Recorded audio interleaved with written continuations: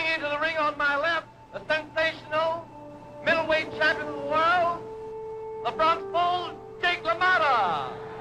In the toughest sport, nobody's ever been tougher than Jake LaMotta. He rose up from the streets of the Bronx, a terror in silk trunks, and refused to go down. Some of those short shots would rock a truck, but they don't seem to move LaMotta. Nobody ever hurt me in the ring. Nobody ever hurt me in the ring. I for some reason or another, I convinced myself so strongly that nobody could hurt me. In the defining rivalry of his career, if LaMotta was the Bull, the elegant Sugar Ray Robinson was the Matador. In their first fight, LaMotta was defeated. In their second, in 1943, LaMotta, with a 16-pound weight advantage, handed Robinson his first ever loss. LaMotta and Robinson would fight 4 more times in the next 8 years, even though for most of that time they were in different weight classes. I fought Sugar Ray so many times, it's a wonder I don't have diabetes. As Robinson was dominating the welterweight division in the 1940s, LaMotta was clearing out the middleweights. He deserved a shot at the title, but to get it, first he'd have to take a dive against Billy Fox in 1947.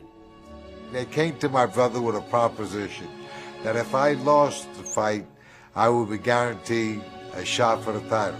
And I agreed. Fox scored a 4th-round TKO, and immediately it was assumed that the Mafia had pressured LaMotta to throw the fight. In the absence of hard proof, LaMotta kept his license, and in 1949 the mob delivered what it had promised, a title shot against the gifted Frenchman Marcel Cerdan. I knew that once I went in that ring, I couldn't lose, because I was so obsessed in my mind. So I stopped him in the 10th round. Twice in 1950, LaMotta successfully defended his title. A year later, he'd defend his title for a 3rd time against Robinson, the welterweight champion, in a fight that would come to be known as the St. Valentine's Day Massacre. And the crowd certainly is buzzing about LaMotta's fighting here in the Chicago Stadium. Well, I knew for 10 rounds that I won the fight. But for the next 3 rounds, I couldn't lift up my arms. These are clean whistling shots, lefts and rights. How he can survive them, nobody knows.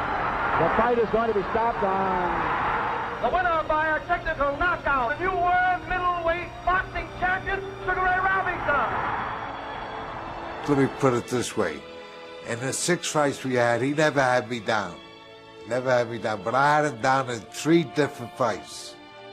The pummeling, LaMotta's 4th consecutive defeat at Robinson's quicker hands, took a terrible toll. The following year, at the age of 31, he was knocked down for the first time by Danny Nardico. Still, the Bull got up. He couldn't allow himself to be counted out.